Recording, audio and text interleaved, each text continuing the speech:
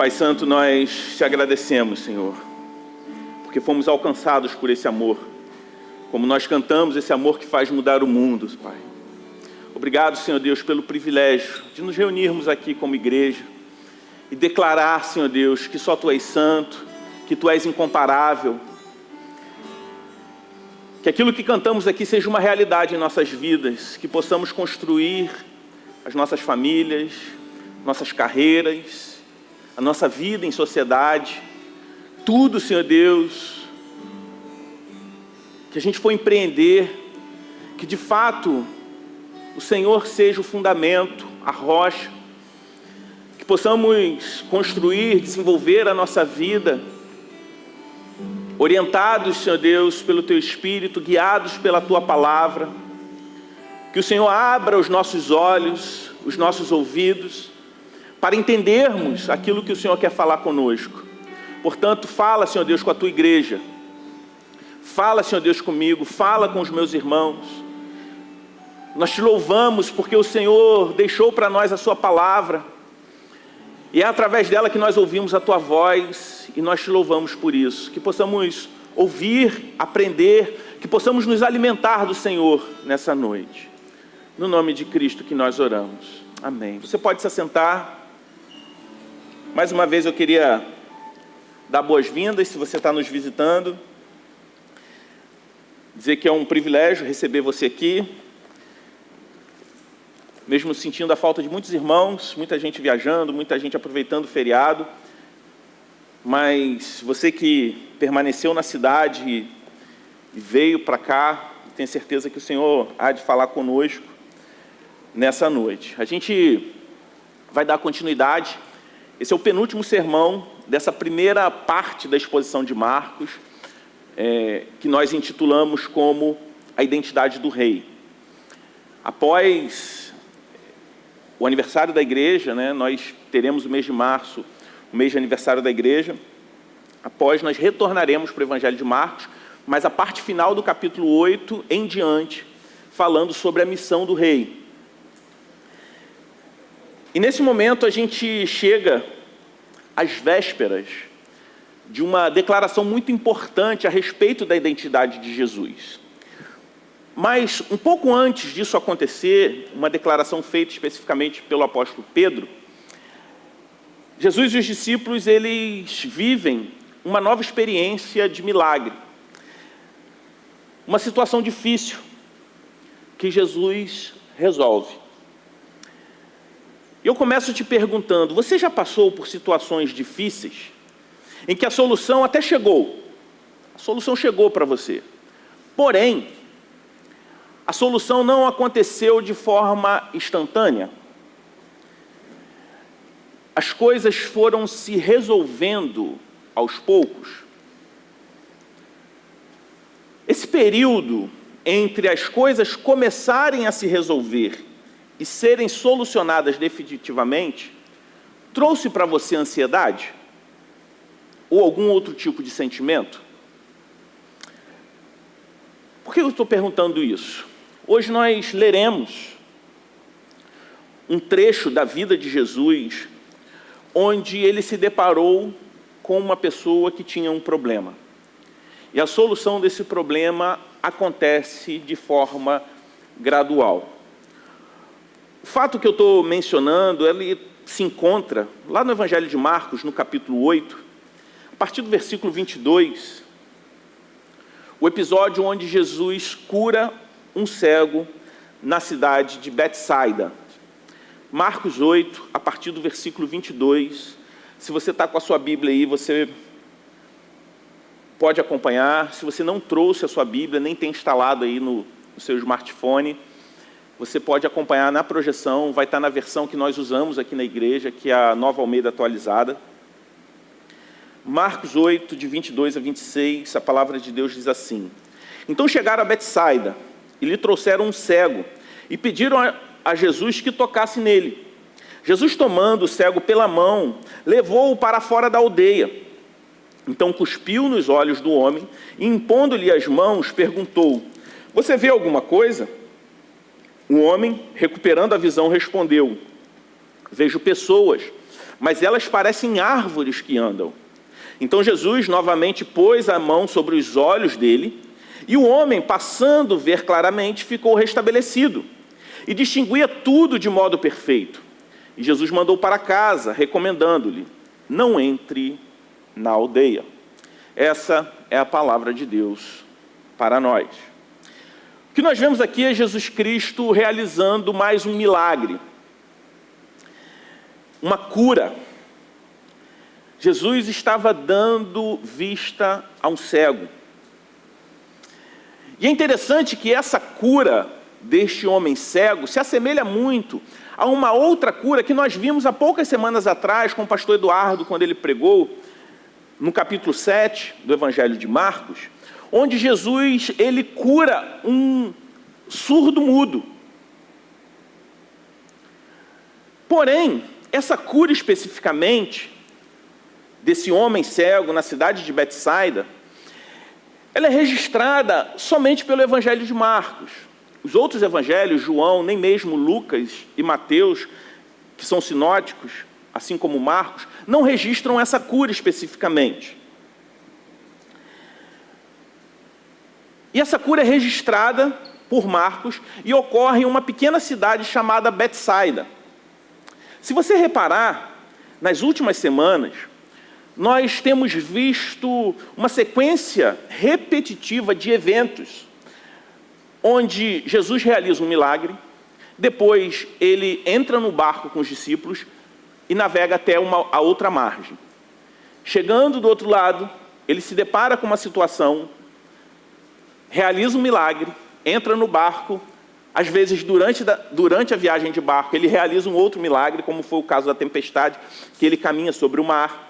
Chegando do outro lado, mais uma vez ele se depara com pessoas que necessitavam de um milagre, e se movendo por compaixão, Jesus vai lá e resolve o problema daquelas pessoas.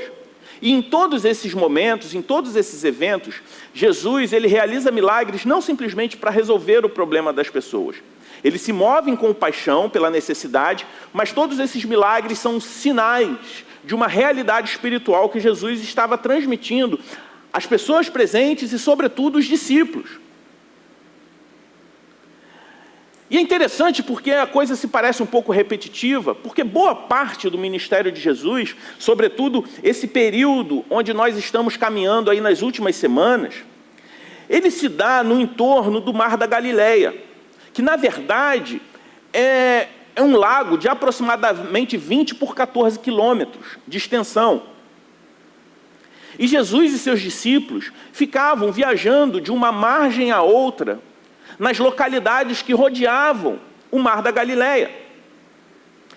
E é interessante a gente observar que em cada margem era possível encontrar diferentes contextos. Ora, Jesus estava em um povoado, uma cidade, onde o contexto eram de gentios. Em outro momento ele viaja para um outro lado e encontrava com uma população que era predominantemente de judeus. E a gente vê Jesus trazendo lições importantes, operando milagres, pregando o arrependimento a todo tipo de gente.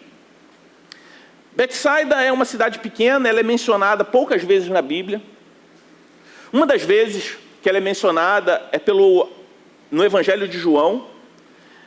E João ele menciona Betsaida como a cidade natal de Pedro, André e Filipe, discípulos de Jesus. Betsaida é mencionada também no Evangelho de Mateus, no capítulo 11, versículo 21, e em Lucas 10, 13, como alvo de lamento e juízo, fazendo um contraste de Betsaida e Corazim com as cidades gentílicas de Tiro e Sidom. E esses fatos, esse contraste indica que Betsaida era uma cidade onde se encontrava um contexto de população judaica.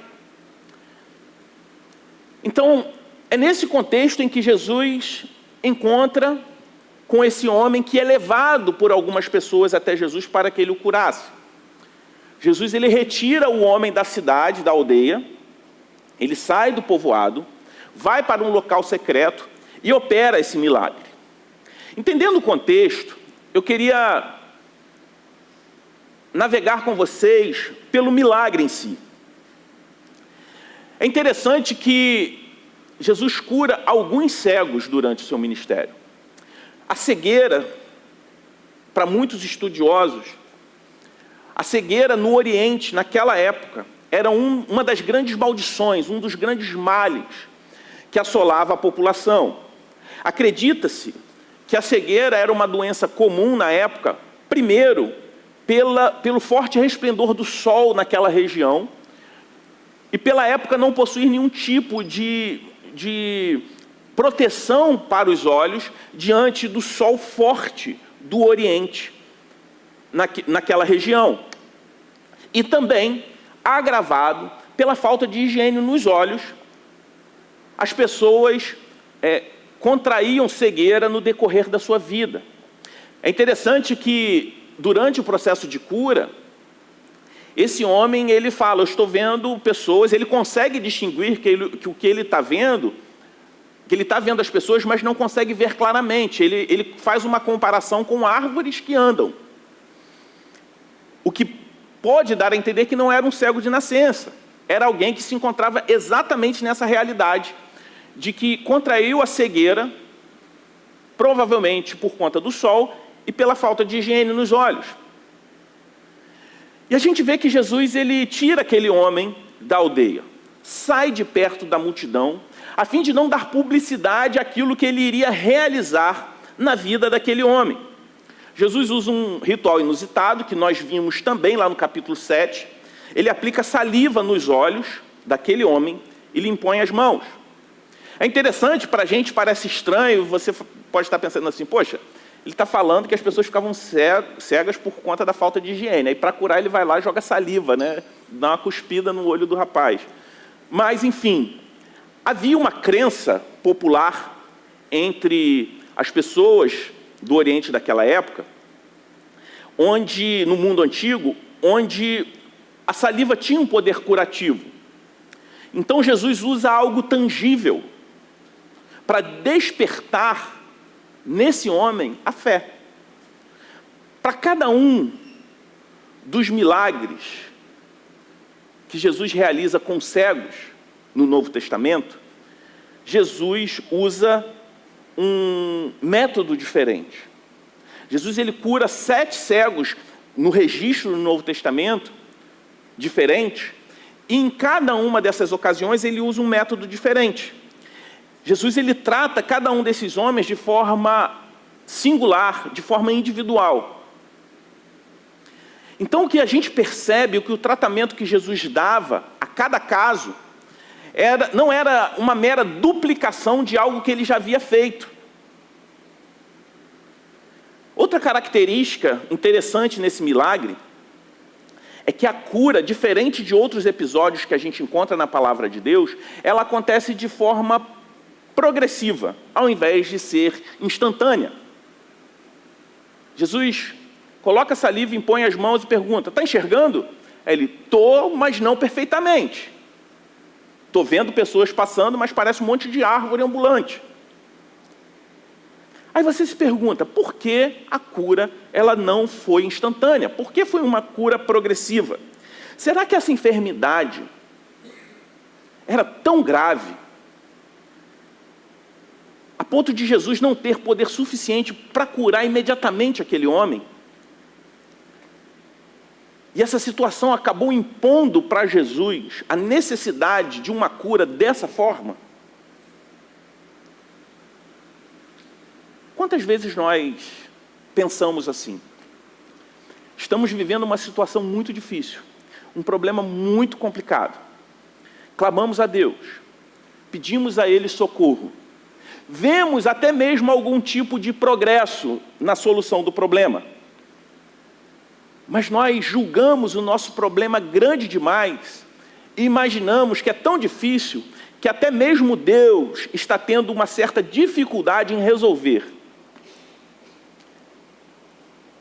A gente pode olhar para esse texto e até ter essa impressão, ou não, mas na prática, quando a gente vive uma situação assim, a gente acaba, de alguma forma, duvidando do poder de Deus em resolver de uma vez por todas aquele problema que a gente está vivendo. Então, se Deus é todo-poderoso, de fato, por que a cura daquele homem se dá de forma gradativa? Vamos à sequência dos fatos para a gente tentar entender. Primeiro, Jesus, ele toma o cego pela mão. Depois, ele conduz aquele homem para um lugar privado. Depois, ele joga saliva nos olhos e pergunta: você vê alguma coisa? O Filho de Deus não esperava a cura completa nesse momento. Jesus, ele não fica surpreso com a resposta daquele homem dizer que ainda não estava vendo bem, que a sua visão havia sido recuperada parcialmente. O homem então responde: eu vejo alguns, mais do que nunca, mas ainda não vejo claramente. Beleza. Então Jesus lhe impõe as mãos novamente e cura os seus olhos perfeitamente. Qual é o significado disso? Será que, de fato, esse homem era um caso particularmente difícil demais para Jesus? De forma nenhuma. Aí você pode estar perguntando, então esse milagre, como os outros que nós temos visto até aqui, era um sinal? De fato, era um sinal. Mas era um sinal para quem? Para aquele homem cego? Não, não era para ele. Mas era para os discípulos, que acompanharam Jesus ao se retirar da aldeia e realizar o milagre na vida daquele homem. Isso é confirmado pelo fato que Jesus já havia perguntado sobre a visão que os discípulos tinham a respeito de Jesus. E agora, Jesus conduz aquele homem pela mão, até o ponto que a sua visão se tornaria mais clara.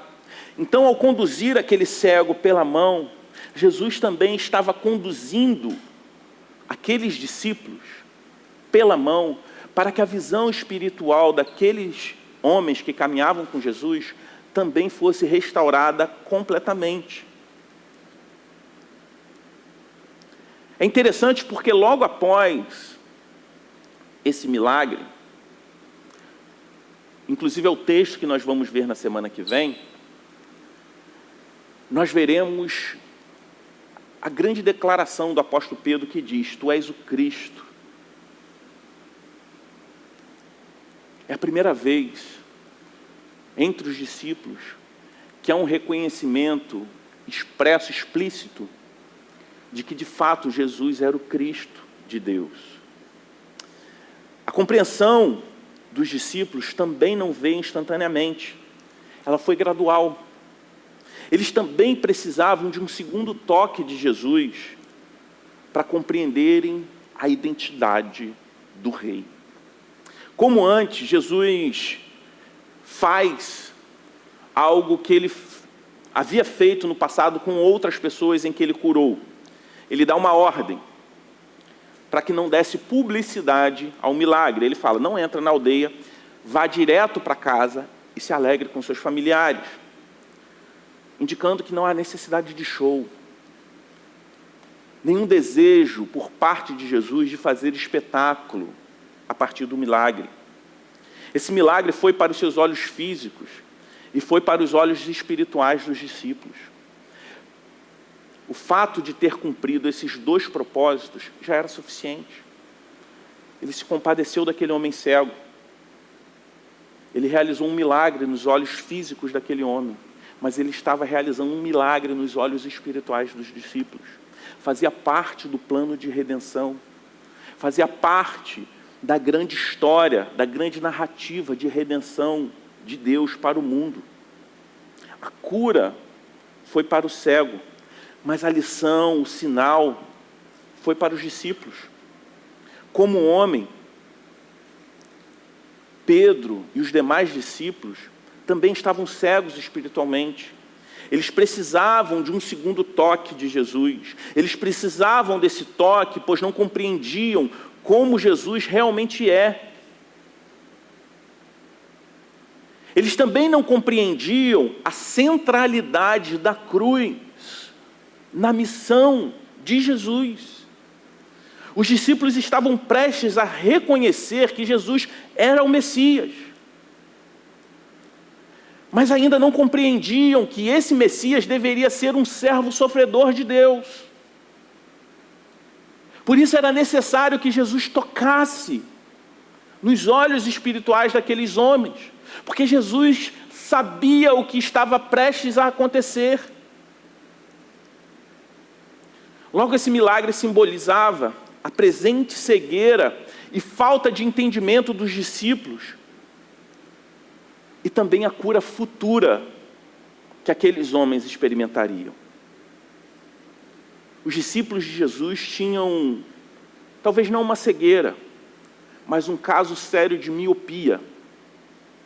Eles eram cegos, assim como os fariseus, em um grau diferente. Mas ainda assim também precisavam de um toque de Jesus. Entendendo esse milagre e qual era o seu propósito, quais são as lições que nós podemos tirar desse relato? O que esse texto quer provocar em nós? Assim como aquele milagre, embora fosse a cura de um homem cego, o propósito era provocar algo na vida dos discípulos. O que esse milagre provoca em nós, hoje, aqui na cidade do Rio de Janeiro, no ano de 2023? O primeiro aspecto que eu gostaria de destacar é o fato da cura em duas etapas. A cura progressiva. Todas as demais curas que Jesus havia realizado foram completas, imediatas e perfeitas. Se você olhar para trás, durante essa série, todas as passagens de cura que Jesus realizou, elas tiveram essas características. Elas foram completas, foram imediatas e foram perfeitas. Essa cura foi completa e foi perfeita, porém não foi imediata. E por que essa cura ela acontece de forma progressiva? Certamente Jesus usa esse método como um fator pedagógico ali para os discípulos e também para nós. Essa cura aponta para a jornada espiritual dos discípulos e também para a minha e para a sua jornada espiritual com Cristo. A cura espiritual pode ser um processo gradual e que às vezes é necessário um passo de cada vez. O pastor presbiteriano do passado, Vernon McGee, diz que há 3 estágios na vida desse homem cego. O primeiro estágio é a cegueira, apontando que todos nós também já fomos cegos um dia. E Cristo é a luz que veio para nos iluminar. O segundo estágio é o estágio da visão parcial, indicando que essa é a condição do homem antes da sua glorificação. Agora nós vemos parcialmente, como diz o apóstolo Paulo, na sua primeira carta aos Coríntios, no capítulo 13, versículo 12. E há um terceiro estágio, é o estágio da perfeita visão. Essa será a condição dos remidos na glorificação. Um outro teólogo do passado, estudioso do Novo Testamento, William Hendrickson, alerta para o fato que essa cura não está de maneira alguma de acordo com as curas lentas dos dias de hoje, que requer várias visitas ao agente curador, quando você faz um tratamento, e são inúmeras consultas. No ano passado eu precisei fazer uma cirurgia na boca. Eu precisei retornar no periodontista várias vezes, foram 3 tempos cirúrgicos. Foi um processo doloroso, cansativo, ruim. E eu tinha que voltar várias vezes no periodontista para que o processo de cura fosse concluído. Isso demorou mais ou menos uns 6 meses. Então, o que nós vemos aqui não é como esse exemplo que eu passei de um tratamento que demorou 6 meses para terminar, de forma alguma. No caso aqui registrado, segundo Hendrickson, o processo completo de cura aconteceu em alguns momentos, alcançando um resultado pleno, a mudança de uma cegueira total para uma visão perfeita. Jesus queria transmitir algumas lições com esse milagre progressivo. Por isso tem a pergunta de Jesus, antes da segunda etapa. Ele pergunta, você vê alguma coisa? A pergunta de Jesus se faz necessária e traz para mim e para você uma importante pergunta que nós também precisamos responder sempre. O que você está vendo? E quando você vê, o que você enxerga? Nós precisamos nos identificar como cegos, ou pelo menos parcialmente cegos.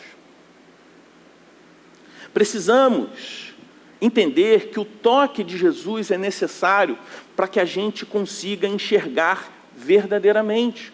Sem o toque de Cristo, pecadores não conseguem enxergar a sua pecaminosidade.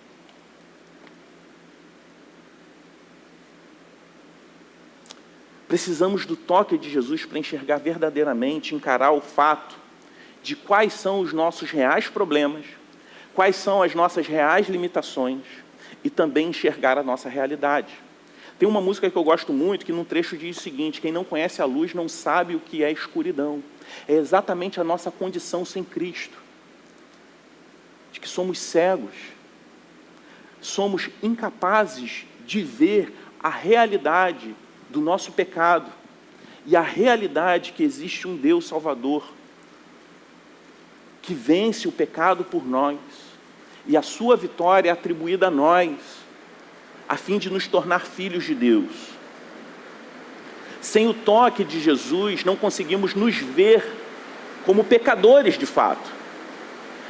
Nós desenvolvemos uma visão equivocada sobre qual é de fato o nosso grande problema e vemos de forma distorcida também a realidade do mundo. Por isso que muitas vezes, ao dialogar, ao ver a sociedade perdida sem Cristo, você acha até mesmo absurdo a forma como as pessoas enxergam o mundo, em questões que para nós muitas vezes parece óbvio. E as pessoas compreendem exatamente o contrário. Às vezes nós vemos também irmãos nossos com uma visão equivocada a respeito de si mesmo, a respeito de Deus e a respeito da realidade. Nós precisamos ter o discernimento espiritual a partir dessa lição que Jesus traz, que o processo de cura da nossa visão espiritual, ela é progressiva. E todos nós estamos caminhando, progredindo, clareando a nossa visão a respeito de nós mesmos, a respeito de Jesus e, consequentemente, a respeito da realidade. E por isso eu queria destacar algumas coisas na primeira etapa da cura. Aquele homem diz, vejo homens como árvores que andam. Embora tocado por Jesus, esse homem vê os homens andando como árvores. Porque o discernimento daquele homem ainda era vago, ainda era incerto. Ou seja, ele via as pessoas, mas como coisas. Ele não tinha o pleno discernimento.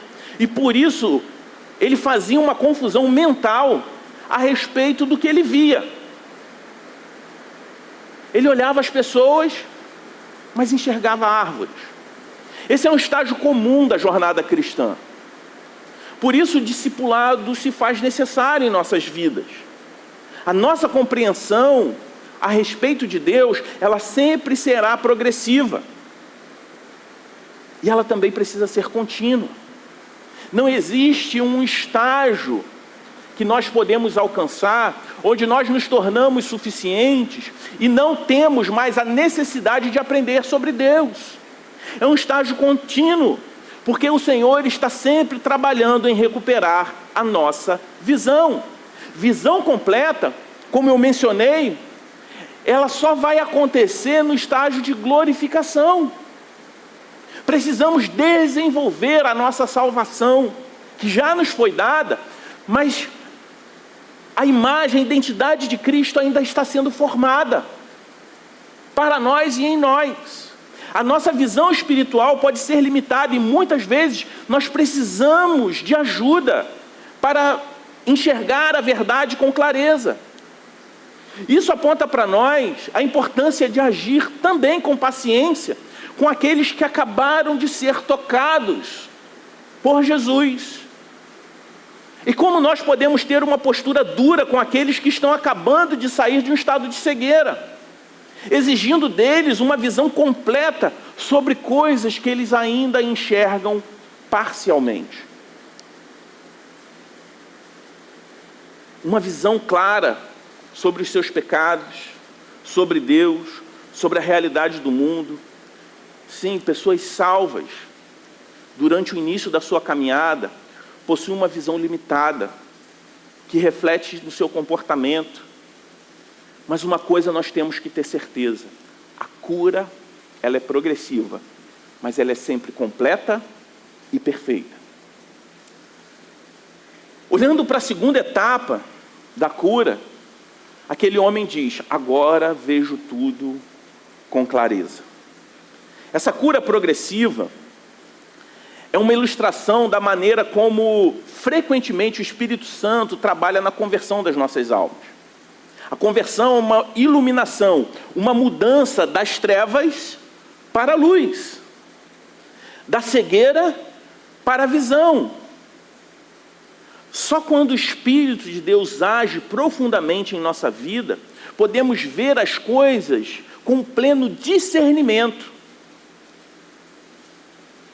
Agora, vemos as coisas ainda de forma nublada, mas muito melhor do que víamos antes. E ainda pior do que veremos amanhã. Mas em breve vem o tempo em que veremos claramente todas as coisas. Então conheceremos como também somos conhecidos pelo Senhor. Mas a cura de Jesus, ela nunca é parcial. Ela sempre é completa. E nos faz em algum momento enxergar a verdade com clareza. E essa verdade com clareza vai gerar em nós transformação de vidas. E essa transformação muda não somente a nossa visão, como também o nosso comportamento, as nossas ações, molda as nossas decisões, de modo que atendemos o chamado de Deus também para a sua missão. Porque embora Jesus não tenha mandado aquele homem para a aldeia, ele direciona aquele homem para a sua casa. Vida em missão também faz parte do nosso processo de cura. Jesus não queria que aquele homem fosse objeto de especulação, de curiosidade, mas que ele sim fosse se alegrar com sua família. Nesse tempo, Jesus já estava encerrando seu ministério na Galiléia e Pérea, e estava prestes a ir para Jerusalém. Seria em Jerusalém onde ele daria sua vida em nosso resgate. Por essa causa, o foco não deveria ser o milagre, mas a redenção. Por isso nós vemos aqui o chamado de Jesus para aquele homem cego. O chamado para que ele testemunhasse em casa sobre a sua cura. Assim como também a sua própria jornada espiritual, associada sempre à proclamação do Evangelho. Nós também contribuímos para que outros vejam com clareza, quando testemunhamos a nossa cura, sempre associada à pregação do Evangelho, para que outros cegos também passem a enxergar. Por isso eu gostaria de destacar uma segunda e última verdade que eu consigo encontrar nesse texto. Leve toda a sua dor a Jesus. Esse texto nos fala da cura espiritual. Fala de um sinal, fala de uma lição que, embora a cura tenha sido para aquele homem cego, havia uma lição para os discípulos. Mas nós também não podemos ignorar o fato que aqui há um registro de mais um momento, um movimento de compaixão de Jesus. Alguém que levou a sua dor a Jesus e teve essa dor aplacada. Essa mensagem serve de encorajamento para mim e para você, que nós também devemos levar com confiança as nossas dores a Jesus. Que em todo momento em que sofremos, todo momento em que estamos cegos, que estamos enfrentando um grande problema, é a Cristo que nós devemos depositar a nossa dor. Mas levar a Jesus de forma confiante, porque não cabe a nós determinar como e o que Ele deve fazer. Porque se aquele homem cego soube das outras histórias, das outras curas de Jesus, certamente a expectativa é que a cura viria de forma instantânea, e não veio. Embora tenha sido rápida, foi uma cura progressiva. Talvez naquele pequeno instante onde ele viu tudo embaçado, ele possa até ter se sentido frustrado. Afinal de contas, a fama de Jesus é que ele trouxe cegos a ver, surdos a ouvir, coxos a andar de forma instantânea. Ele pode ter se perguntado, por que comigo está sendo diferente? Mas logo em seguida Jesus completa o milagre na vida daquele homem. Mas muitas vezes nós agimos de forma totalmente diferente. Nós até temos facilidade de levar as nossas dores a Jesus, mas não levamos com confiança. Muitas vezes nós levamos querendo determinar aquilo que Jesus precisa fazer. Nós não levamos o nosso problema, nós pedimos que Ele faça a solução que nós gostaríamos.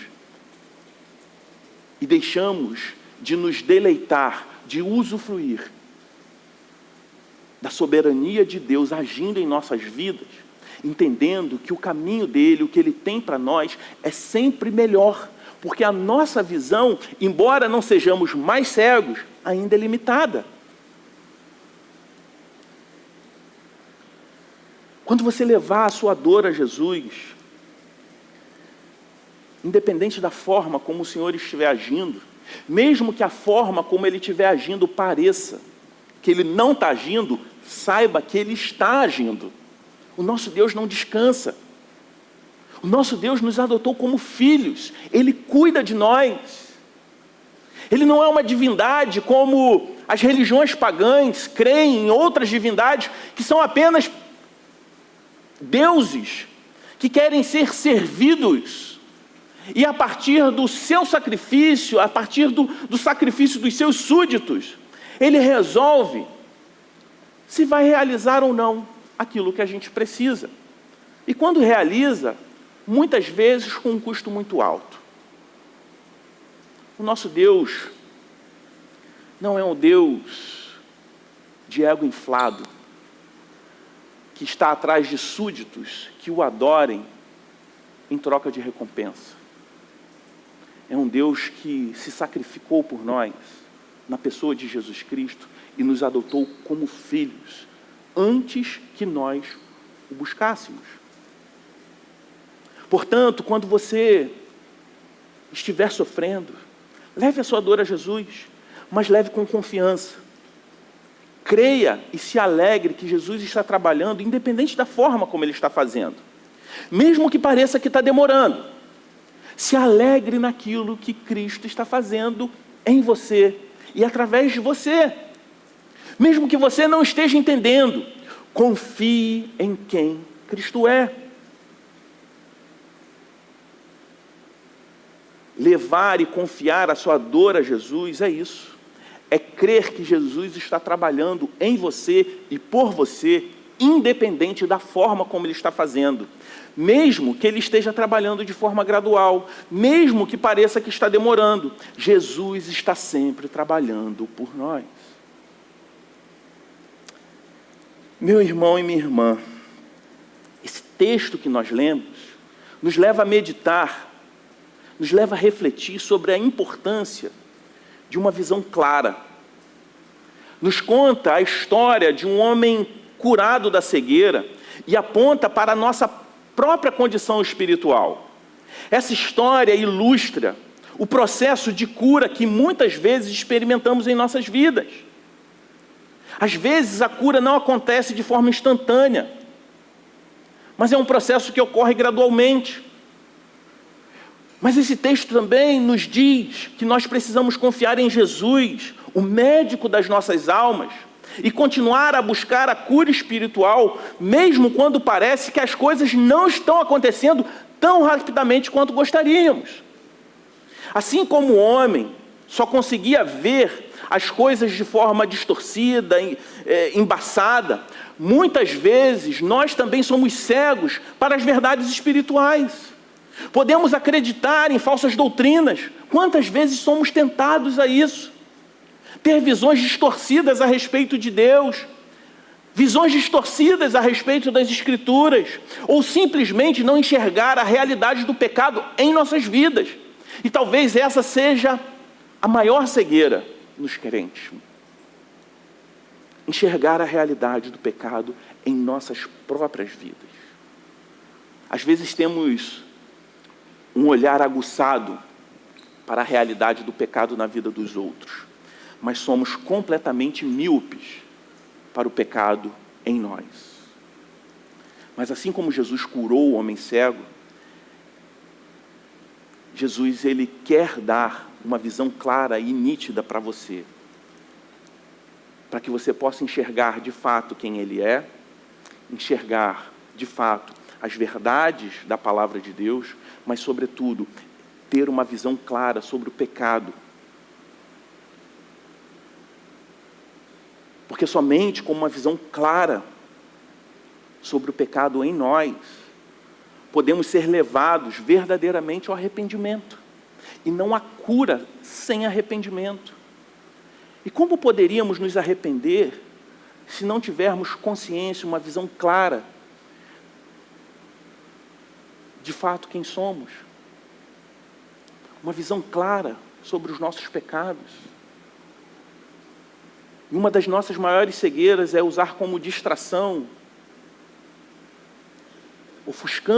ofuscamos a visão sobre nós mesmos, dedicando a enxergar mais o pecado do outro, mas você não pode se arrepender pelo outro. Nós devemos ter uma vida penitente, uma vida de arrependimento. Nós precisamos nos entristecer pelo pecado. Não devemos ter uma visão distorcida, como se pecar fosse uma proibição cruel do Senhor. Como se aquilo que Deus fala que é pecado, eu não devo fazer simplesmente porque Deus proíbe. Mas uma visão clara que aquilo é mal. Que aquilo pode até me levar ao prazer. Mas o que Jesus me oferece não é a ausência de prazer e de alegria, mas é algo melhor. Essa é a vida em santidade. É renunciar a algo que aos nossos olhos parece bom e até mesmo pode nos trazer prazer. Trocar aquilo por algo que é melhor. Entendendo que o que Jesus tem para nós é sempre o melhor. Mas enquanto ainda estamos cegos, nós não conseguimos enxergar a realidade de que o que Cristo tem para nós é sempre o melhor. Que o propósito de Deus para as nossas vidas, no casamento, no trabalho, na nossa relação com o dinheiro, ela é muito melhor do que o sistema de valores sem Deus nos propõe ou até mesmo tenta nos impor. Esse texto também nos encoraja ao fato de que nós somos instrumentos nas mãos de Deus para ajudar também aqueles que ainda estão cegos. Não afirmando os nossos pontos de vista, Porque o nosso ponto de vista não tem a capacidade de curar a cegueira de ninguém, mas apresentando a eles o Evangelho. Porque é o Evangelho que remove as escamas dos olhos, mostrando o caminho da salvação, que somente a partir do caminho da salvação, a verdadeira visão espiritual é estabelecida. O Senhor é aquele que nos abençoa e nos capacita a viver de acordo com a vontade dEle. Porque se for pelos nossos próprios esforços, a gente não consegue. A gente não consegue enxergar claramente a obra de Deus em nós e aquilo que Ele está fazendo no mundo. Portanto, meu irmão e minha irmã, o meu convite a você nessa noite é que você confie em Jesus como o médico da sua alma, buscando nele a cura e a transformação que todos nós precisamos. A compaixão e o poder de Jesus nos inspiram a buscar a cura que vem dele, a transformação em nossas vidas, e nos capacita a sermos agentes de cura e de transformação no mundo ao nosso redor. Quando nós olhamos para essa cura, precisamos entender que foi muito mais do que a história de um cego que passou a ver, mas é a minha e a sua história, que éramos cegos. Estamos vendo ainda parcialmente, mas chegará um dia em que estaremos face a face com o nosso Senhor e a nossa visão será plenamente estabelecida. Você crê assim? Amém? Vamos orar? Pai Santo, nós te louvamos, Senhor Deus, porque o Senhor nos tirou do estado de cegueira e nos trouxe a visão. Ainda que não vejamos totalmente, completamente todas as coisas, temos a certeza que o Teu Espírito nos guia para que não venhamos a tropeçar. Mas ainda assim, se tropeçarmos, sabemos que temos um advogado, temos aquele que intercede por nós, nos ajudando a levantar. Obrigado, Senhor, por Jesus Cristo ser esse sumo sacerdote que se compadece da nossa cegueira, que se compadece da nossa situação. E por isso eu te peço, se há pessoas aqui que ainda estão cegos, que o Senhor possa abrir os seus olhos e que o Senhor possa fazer enxergar quem Tu és, a identidade do Teu Filho Jesus Cristo, o servo sofredor que enfrentou a morte em nosso lugar, para que nós pudéssemos ter vida. No nome de Jesus que nós oramos. Amém. Amém.